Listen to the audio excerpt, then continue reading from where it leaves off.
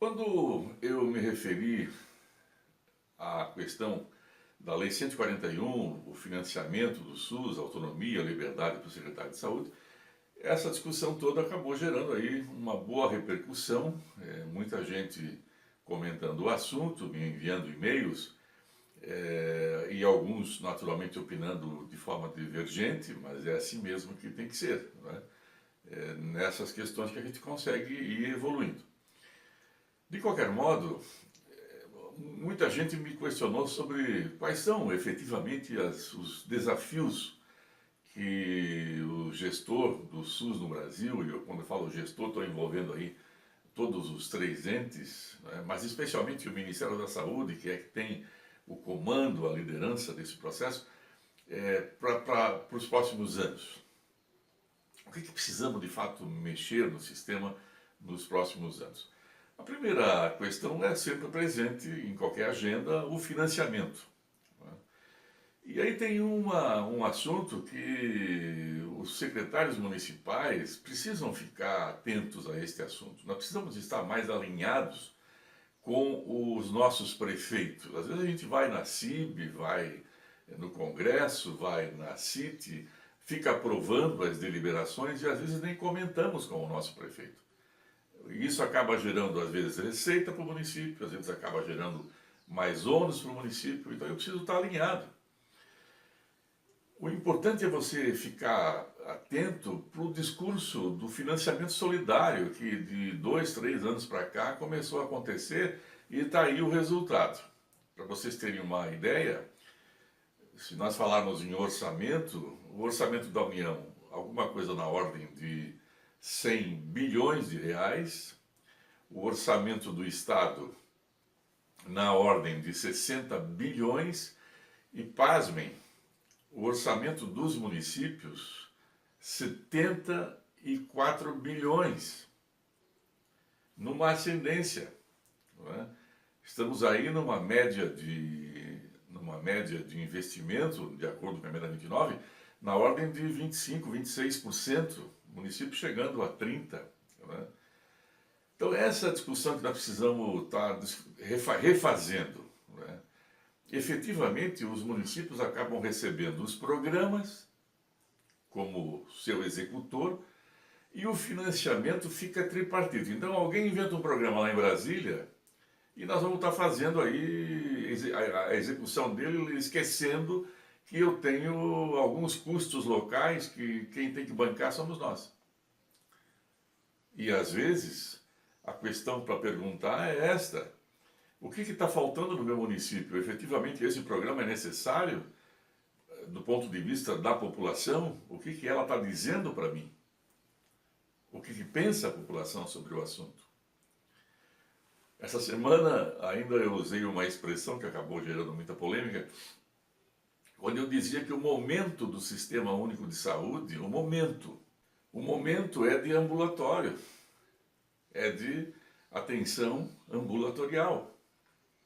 Não é à toa que o Ministério da Saúde fez as alterações na PNAB com o fortalecimento da atenção clínica, ambulatorial. Esse é o ponto que você, que é gestor do teu município, precisa saber. Então essa questão do financiamento em saúde, é preciso ficar atento com relação à participação do município, a conversa, o discurso do financiamento solidário começa com o pacto lá atrás e nós engolimos esse negócio e está aí, ó. Hoje investimos mais do que o próprio Estado, que tem 60% de financiamento, que banca os seus próprios hospitais, na sua grande maioria, que segura o PAB, que segura o teto de média complexidade da sua conta, em alguns estados o próprio governador usando esse recurso para outras coisas, né? A decisão do secretário de Finanças, e a coisa segue nesse ritmo. O outro ponto ligado ao financiamento tem a ver com o subfinanciamento da tabela SUS. Né? 20 anos se passou, eu não consigo entender como é que o Ministério da Saúde não toma uma atitude em relação a essa questão que é crucial, que todo mundo sabe, nós já discutimos isso 1 milhão de vezes. Agora, veja só, se nós tivéssemos nos últimos 2 ou 3 anos atrás, usado o recurso que aplicamos nos incentivos das famosas redes, tivesse usado esse incentivo para atualizar a tabela SUS, nós teríamos corrigido a tabela em alguma coisa em torno de 30% a 40%. E ela estaria a preços aí próximos do que se pratica no mercado. A verdade foi essa, né? Hoje, o financiamento do sistema como um todo, ele é 40% por incentivo, que você deu para a Rede Cegonha, rede de urgência e emergência, e rede de atenção ambulatorial à doença crônica, e por aí vai, né? Então, se você usa esse recurso para atualizar a tabela SUS, nós teríamos hoje uma tabela aí um pouco bem melhorada e que não estaria criando aí problema para os municípios que precisam fazer os mutirões de média complexidade e ficam sempre nessa discussão se eu devo ou não usar a tabela SUS. Essa é a questão. É preciso coragem para fazer essas coisas, tem que ter ousadia. Agora, não dá para ficar remendando a lei, né?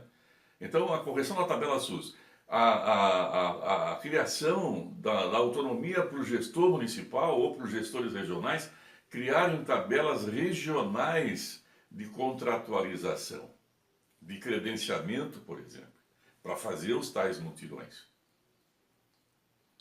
Então, eu tenho que resolver essa questão do financiamento, a proporcionalidade, não é? A Lei 141 fala na questão da necessidade de você fazer a distribuição do recurso pela questão epidemiológica, socioeconômica, demográfica. Isso já está sendo feito aí. A discussão do PAB fixo é uma discussão que já falei no outro vídeo. Ela pode ser programada, reprogramada, não tem nenhum problema. O importante é a autonomia de recurso. Então, a questão do financiamento são essas duas questões que considero importantes. Um outro grande desafio para o sistema de saúde, não tenho dúvida, é a judicialização, que consome algo em torno de 5 bilhões de reais por ano dos 3 entes da federação. Tem muitas sugestões aí, tem coisa da criação da vara única para a saúde em cada estado, enfim, mas isso não vai resolver. Porque hoje no Brasil nós fazemos a prática da justiça social ao inverso da justiça legal. Mas por que isso acontece, é a pergunta, né? Porque a legislação brasileira, a Lei 8.080, ela não foi atualizada, ela não estabelece parâmetros objetivos para que o julgador do Poder Judiciário possa, de fato, se ater na lei. Como ele não tem essa garantia, não tem esse fundamento, a prevalência do princípio da equidade, da justiça social, acaba valendo acima daquilo que de fato deveria estar escrito. A serviço, muitas vezes, dos grandes fabricantes, os grandes produtores de novos medicamentos, de novos materiais, que ficam atuando na rede de serviços, com as famosas indicações de materiais e medicamentos, alguns deles ainda em caráter experimental, para poder garantir uma decisão judicial. Então essa é a questão para resolver. Eu preciso alterar a lei orgânica da saúde, a Lei 8.080, numa grande reforma que não vai tratar apenas da questão da judicialização, mas também dela. Não é? Estabelecendo, por exemplo, que a integralidade que está lá prevista seja limitada ao 100% daquilo que estiver realmente, objetivamente instalado na rede, pública ou privada. E é preciso que a lei estabeleça o princípio da experimentalidade, ou seja, se o fabricante, se o fornecedor quiser produzir, quiser colocar um medicamento em caráter experimental, ele precisa disponibilizar na rede gratuitamente, na rede SUS, como experimento, para daí então ele poder, assim que comprovar sua eficiência e eficácia, ganhar a sua efetividade na Anvisa. E aqui não tem nenhuma questão de, quer estatizar, nada disso. Eu acho que é o dever do fornecedor, ao invés de ir para o corredor dos fóruns e dos cartórios buscar a judicialização, fazer o experimento, participar do processo. A judicialização não tem jeito, ela passa por esse caminho aqui, da reforma dos artigos da lei. A segunda questão, a terceira questão importante aqui tem a ver exatamente com o reconhecimento na Lei 8.080 do mix público-privado no Brasil que não é reconhecido. O sistema suplementar privado de saúde não está objetivamente colocado nem na Constituição, nem na Lei 8.080. Na Constituição Federal nós falamos no artigo 199 que a saúde é livre à iniciativa privada.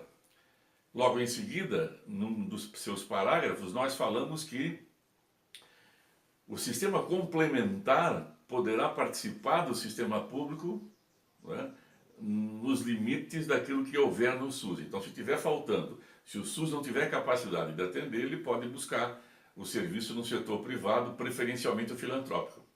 Mas então aqui ficou o X, né? Quando eu falo de sistema complementar, eu estou falando, na verdade, da rede de serviços privados. Eu não estou falando das empresas operadoras de planos de saúde. E aqui se enquadra a função suplementar de saúde. Quando eu me refiro à reforma na lei orgânica, e tenho insistido muito nessa tese, né, é preciso recriar o SUS no Brasil. É preciso criar primeiro o Sistema Nacional de Saúde, com a função pública onde se enquadra o SUS, na forma como ele está, com pequenas alterações, garantindo a integralidade, a universalidade para 100% dos indivíduos. E tenho a função privada. Note que aqui na função pública eu também tenho a rede pública de propriedade de municípios, de Estado e da União.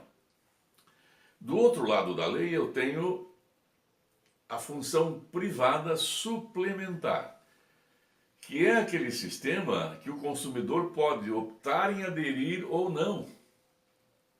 Não é uma função obrigatória e, atenção, não é uma função concedida. Porque já está dito na Constituição que a saúde é livre à iniciativa privada. Então a função pública cumpre a sua função de garantir sistemas de saúde para todo cidadão, nas diretrizes de universalidade, integralidade e equidade, e a função suplementar por opção do usuário dentro de um contrato civil celebrado entre as partes, pactuado previamente. E aí vem a questão da judicialização. Como eu não tenho isso posto na lei, a mesma coisa, o juiz acaba, o julgador acaba tomando a decisão por conta da justiça social ao invés da justiça legal. Nesse contexto ainda de reformulação da legislação nacional, eu preciso resolver o problema da política nacional de recursos humanos, que é um dos grandes desafios para o Ministério resolver, né? Especialmente na parte da medicina. E aqui eu já disse outras vezes que me custou muita crítica, mas vou continuar insistindo na tese: sistema federal, acadêmico, universitário, sistema estadual, público, mantido pelo contribuinte, precisa garantir serviço compensatório para médico, enfermeiro, psicólogo, enfim, pessoal da área da saúde, mas especialmente a medicina.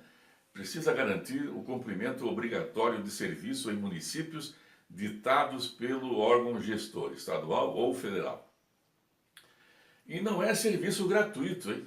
Não estou aqui para defender serviço gratuito, não. Obrigado ninguém a trabalhar de graça. É serviço remunerado. Melhor ainda do que remunera os médicos cubanos. Que na verdade não é só aquilo, né? A remuneração que eu estou falando aqui é a remuneração praticada no município, de acordo com a folha de salário do município, ou da região, de acordo com que o salário médio do médico naquela região. Essa seria uma maneira de você superar a falta de profissionais no Brasil, que alcança 20% dos municípios que não têm ainda médico residente. Uma outra questão para resolver, que nós precisamos trabalhar muito aqui, é a questão dos medicamentos, né? Que vira e mexe nos municípios tem um problema sério. E estou falando de medicamentos básicos. Mas principalmente tem a velha mania de querer descumprir a lei, não é? A Lei 141 de 2000, eu vou repetir de novo, porque isso não tem como deixar de dizer, ela proíbe o contingenciamento financeiro e orçamentário do Fundo Municipal de Saúde. Eu posso contingenciar até 15%, aí não tem problema. Mas eu não posso contingenciar os recursos transferidos federais. É aí que entra a brincadeirinha, às vezes, que se faz lá no orçamento. Especialmente naqueles municípios em que o dinheiro está disponível para o gestor federal, para o gestor financeiro, para o secretário de finanças. Não é? Então, é preciso que eu tenha, de fato, uma fiscalização. O DenaSUS precisa começar a abrir os dois olhos, porque hoje está com um olho só. Né? A falta de autonomia do gestor municipal, o uso do recurso pelo gestor municipal e entre tantas outras coisas que já estão na lei, é preciso que haja uma solução. Mas a questão do financiamento, eu repito, o momento é ambulatorial, o momento de fortalecimento da clínica. O cidadão está bradando por isto. Vamos administrar de acordo com a visão do que pensa o usuário. Sem perder de vista a questão epidemiológica, sem perder de vista a questão da integralidade, da promoção, da prevenção, da vigilância em saúde, da vigilância sanitária. Né? Eu já estou cansado de falar na fragmentação, né? Já disse isso no outro vídeo. A hora mesmo agora é de nós nos juntarmos para inovar no sistema. Por exemplo, vou terminar esse vídeo de hoje deixando uma pergunta para você refletir aí.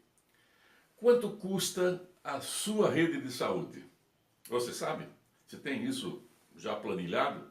Você sabe quanto custa cada unidade de saúde do seu município? Quanto custa o SF? Quanto custa a Secretaria de Saúde? Quanto custa a vigilância em saúde? Se você não está conseguindo responder, tudo começa aí. Não é? Nós precisamos, de fato, fazer governança em nossos municípios. E, de novo, vem a questão da lei. E, de novo, vem a questão das autonomias. Que eu espero, um dia desses, possa ler aí as manchetes de que o Ministério, de fato, está punindo municípios e estados que não cumprem a legislação do Sistema Único de Saúde. Não esqueça, deixa aí a sua inscrição, se você ainda não é inscrito, solicite a sua inclusão no grupo WhatsApp SUS Fala Gestor, que está bombando, secretários do Brasil inteiro aí na troca de informações, de experiências. Né? E eu estarei aqui de novo na próxima semana.